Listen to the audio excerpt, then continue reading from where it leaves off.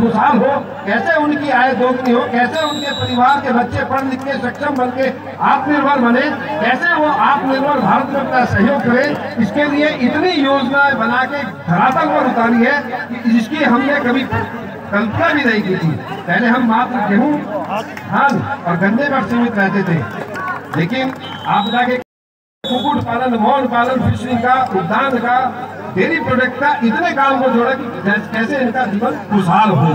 तो मैं संचालक महोदय, जो आपने पीड़ा बताई थी, हमारे देश प्रमुख भी है, वो पीड़ा आपके हमारी सबके भी एक किसान का सब एक किसान अच्छे से जान सकता है, तो वो उनको समुचित मुआवजा मिले। और समय से मैं चाहूंगा जितने भी यहाँ पर देश से लोग बैठे हैं, उत्तराखंड में पलायन बहुत ज्यादा हुआ, लेकिन ये यमुना घाटी के लोग इतने सुदृढ़, अपनी माँ भारती से इतना प्यार करने वाले हैं, खेती किसानी पे जीवन निर्भर करने वाले हैं, लेकिन यहाँ पर 0% पलायन है। मैं कर्तव्य ध्वनि से मैं आप सभी से प्रार्थना करूंगा कि खेती किसानी से जुड़े हुए लोगों को, जिन्होंने इस यमुना घाटी को अभी तक इतने सुंदर और सजीव रूप से अपनी संस्कृति और संस्कारों और भूमि को बचाए रखा, इसके लिए मैं आपका कृतज्ञ हूँ। और मैं आपको बधाई करते थे, वो यहाँ पे देश के किसी भी कोने में है या विदेश में है, वो अपनी मिट्टी से इतना लगाव करते, अपनी खेती किसानी से इतना लगाव करते हैं, और अपने दल पे गाड़ी कमाई के पैसे से उन्होंने अपने बच्चों को पलवित पोषित करके देश में नहीं विदेशों में भी वो अपना एक नाम रोशन कर रहे हैं। इस यमुना घाटी को सशक्त नमन करता हूँ कि जिन्होंने अपना जीवन बलिदान दिया और इस यमुना घाटी के संस्कृति और संस्कारों पर, इसकी खेती किसानी में कहीं आज ना रही, तो आज हमारे बीच में नहीं है, मैं उनको भी नमन करता हूँ। और जो आज इस संस्कृति को और खेती किसानी को संजो के रखने वाले हैं, उनको भी मैं धन्यवाद देता हूँ कि कैसे आपने अपनी पूर्वजों की जो संस्कृति है, जो खेती किसानी है, उसको बचाए रखते हुए आपने आप सभी का मैं हृदय की गहराई से धन्यवाद देते हुए इन खिलाड़ियों के लिए जो भी अच्छी से अच्छी योजना आज हमारे इससे पूर्व में खेल मंत्री थे राज्यवर्धन राठौर, उन्होंने एक स्पोर्ट्स कोड बनाया था, उस स्पोर्ट्स कोड को हम लागू करने की पूरी कोशिश कर रहे हैं, क्योंकि पूर्ववर्ती संघ के उनमें जो बैठे हुए थे लोग, वो कई पीढ़ियों से बैठे, वो एक अच्छे खिलाड़ियों का रास्ता कैसे रोकते थे हमें मालूम है। लेकिन अब क्रीड़ा भारती के माध्यम से महातपस्वी महामानव जो मन की बात हर महीने आपके साथ करता है, व्यक्ति के एक एक परिवार के बारे में, व्यक्ति कैसे आगे बढ़ेगा, एक एक विषय के बारे में जो बात करता है, क्रीड़ा भारती का आयोजन किया, जो हमारे ग्रामीण खेल कूद है, शास्त्रों में भी लिखा है, पहला सुख निरोगी काया और स्वस्थ शरीर में ही सुख। उन्हें उस दौड़ निकालने की शिक्षा पद्धति पर धकेलते हैं, परंपरा थी। हमें सबसे पहले अपने आप को बलिष्ठ रखना है, हम स्वस्थ रहेंगे तभी हम इस जीवन का भोग पाएंगे, और स्वस्थ हम कब रहेंगे जब हम इस खेल के मैदान में आएंगे। तो जितने हमारे कबड्डी में, तो आज भी हम जो यूरोपियन कंट्री वाले हैं, गल्फ कंट्री वाले, उन्होंने और खेलों में कितने फेर बदल करे, उन्होंने एक्स्ट्रा टफ लगा के हमारी हॉकी को भी छीन लिया, लेकिन कबड्डी वाले सौभाग्यशाली है और हम सौभाग्यशाली है के नाम चैंपियन है, हमारा कोई मुकाबला नहीं है। और प्रो कबड्डी के माध्यम से हमारे जो युवा खिलाड़ी हैं, उनको बहुत अच्छा प्लेटफॉर्म मिला, उनको आर्थिक मदद मिलती है। और आज हमारी सम्मानित खेल मंत्री रेखा आबे जी के नेतृत्व में और हमारे यशस्वी युवा मुख्यमंत्री माननीय पुष्कर सिंह धामी जी के नेतृत्व में आज खेलों को बढ़ावा दिया जा रहा है। और जो हमारे विनम्र निवेदन करूंगा कि आप जो भी अच्छा खिलाड़ी हो, लेकिन वो अच्छा मेधावी हो, चाहे वो खिलाड़ी है या छात्र है। मैंने और मेरे कुछ सहयोगियों ने लगभग 25 वर्षों से, जिसमें से 250 पौने 300 बच्चे सरकारी नौकरी में हैं और बाकी बच्चे अन्य प्राइवेट सेक्टर में काम करते हैं, वो खेल के माध्यम से आज अपना परिवार चला रहे हैं। एक समय वो इस तरीके से आके खड़े होते थे जैसे अभी यहाँ कुछ बच्चे खड़े थे। उसका पढ़ाई से लेकर खेल के जितना भी उसमें तय खर्चा है, हम सब आपस में मिलजुल के उसको बांटते हैं। जैसे जन जन से सहयोग बढ़ता है, बूंद बूंद से सागर बढ़ता है, ऐसे हमारी संस्था बड़ी होती गई। और आज वो जब 800 के करीब बच्चे जब अब घर पे छुट्टी पे आते हैं, तो छुट्टी पे आने से पहले हमारे पास मिलने आते हैं। आपसे यह निवेदन करूंगा कि जितने भी यहाँ पे मेधावी प्रतिभाएं हैं, अगर उनको कोई अभाव है तो हम सब मिलजुल कर उनका सहयोग करेंगे, तो वो पढ़ाई में भी और खेल वो एक ऐसा संदेश देंगे जिससे कि हमारे जो यशस्वी प्रधानमंत्री माननीय नरेंद्र मोदी ने क्रीड़ा भारती का जो आयोजन किया, तो यहाँ पर अधिकांश ग्रामीण क्षेत्र के लोग हैं। मैं आपसे निवेदन करूंगा कि क्रीड़ा भारती से जुड़ते हुए मंडल के जितने जो प्रतिभा कहीं अभावग्रस्त है, उसका हम सहयोग करके उसको नौजवान और नौनिहालों के लिए जो एक भारत श्रेष्ठ भारत की परिकल्पना करते हैं, वो तभी साकार होगी जब हम अपनी केंद्र और राज्य सरकार की योजनाओं का समुचित लाभ अपने आने वाले नौजवान और नौनिहालों तक पहुंचाए। क्योंकि हम पंडित दीनदयाल जी के उस शब्द कहते हैं, लेकिन पंक्ति में खड़े पिछले जरूरतमंद अभावग्रस्त व्यक्ति को कैसे हम साधन संपन्न सक्षम और आत्मनिर्भर का समुचित लाभ आम जन और जरूरतमंद लोगों, अभावग्रस्त लोगों तक पहुंचाएंगे। और ये जो बड़े बड़े मंचों में आप लोगों ने आयोजन का एक बीड़ा उठाया हुआ है, आप सबका भी ध्येय ये रहता है कि जो भी मेधावी प्रतिभा हो, इसी प्रकार से ये जो आयोजन होते हैं, इसी प्रकार से यहाँ पे खिलाड़ियों का चयन होता है। तो मैं आपको इस सुंदर आयोजन के लिए बधाई देता हूँ, शुभकामनाएं देता हूँ।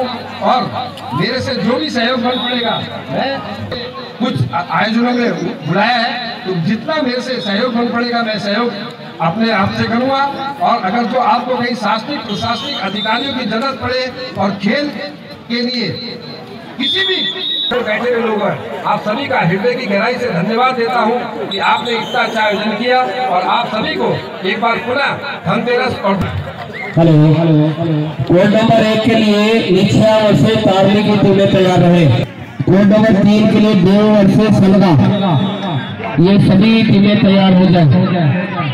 निश्चय वर्ष से तारली, बी वर्ष से टिमरा, 2 वर्ष से सलगा, बी और टिमरा 2 पर खेलेंगी, 2 वर्ष से सलगा 3 पर। सभी टीमें तैयार हो जाए। लाइट की जो व्यवस्था देख रहे हैं, ग्राउंड की लाइट और ऑन कर दें। कोड नंबर 3 पे विद्युत व्यवस्था के जो कार्यकर्ता है, बहुत बहुत आभार, बहुत बहुत अभिनंदन। आपने कीमती समय दिया, भरोसा दिया। पहली मुलाकात में आपका मुरीद हो गया।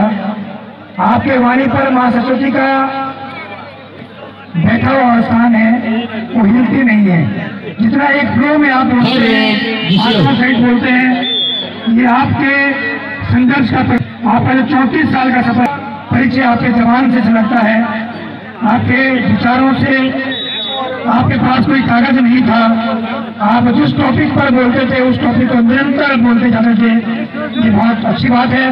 और आज पता लगा कि आप अपने कहीं न कहीं अपनी छाप छोड़कर जाएगा। मैं आप सभी अतिथियों का हार्दिक स्वागत करता हूं, अभिनंदन करता हूं कि आपने हमें समय दिया। आपका व्यस्त कार्यक्रम रहता है, उसके बाद भी आपने हमें अपना बहुमूल्य समय दिया।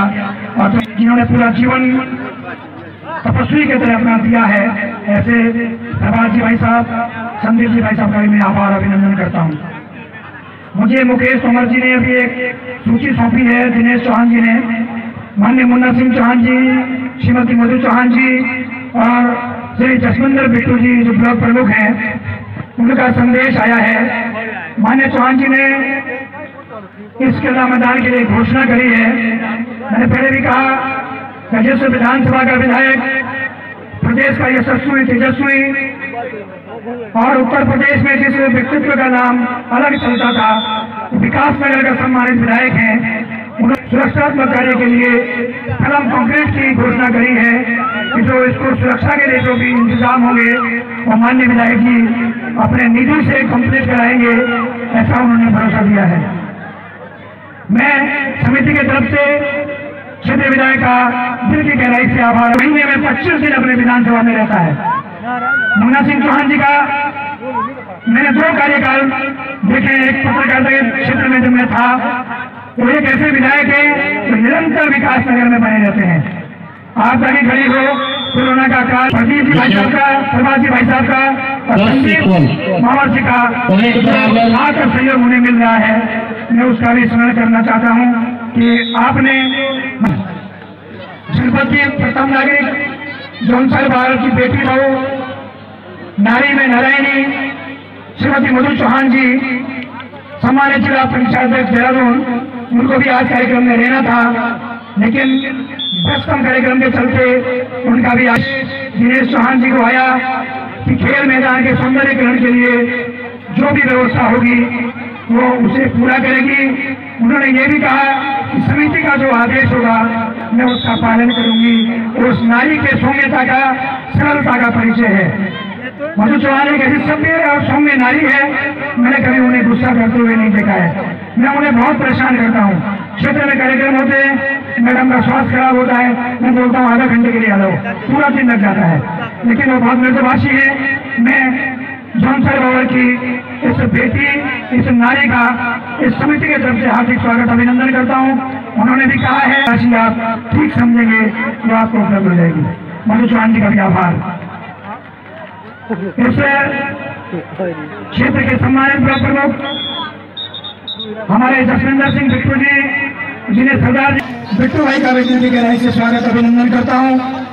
और बिट्टू भाई ने दिनेश जी और मुकेश जी को, रमेश जी को एक आश्वासन दिया है कि खेल मैदान पर स्टेज और जो इसके ऊपर एक शेड बनेगा, तो माननीय प्रमुख मेरे तीनों अतिथि नहीं आए जिनसे हम सिर्फ लेना चाहते थे।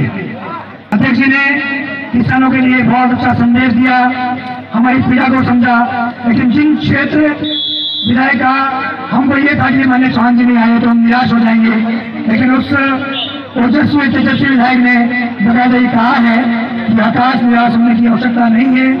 जो मुझे आपने मांग पत्र में लिखा है मैं उससे पूरा करूंगा। तीनों अतिथियों का दिल की गहराई से स्वागत अभिनंदन। हमारी जो मांगे थी आपने बिल्कुल एक सेकंड नहीं लगाया। हेलो, निच्छा की टीम ग्राउंड नंबर 1 पे आ जाएगी। निच्छा, ग्राम निच्छा। और 2 के लिए टिमरा बी, टिपो बी और टिमरा, आप लोग तैयार रहे बिल्कुल। देव वर्सेस सलगा मैदान नंबर 3 पर खेलेंगे। सभी टीमें तैयार हो जाए। लाइट की व्यवस्था देख लें। विद्युत के जो प्रभारी हैं, तीनों मैदानों में लाइट की व्यवस्था सुचारू कर दें।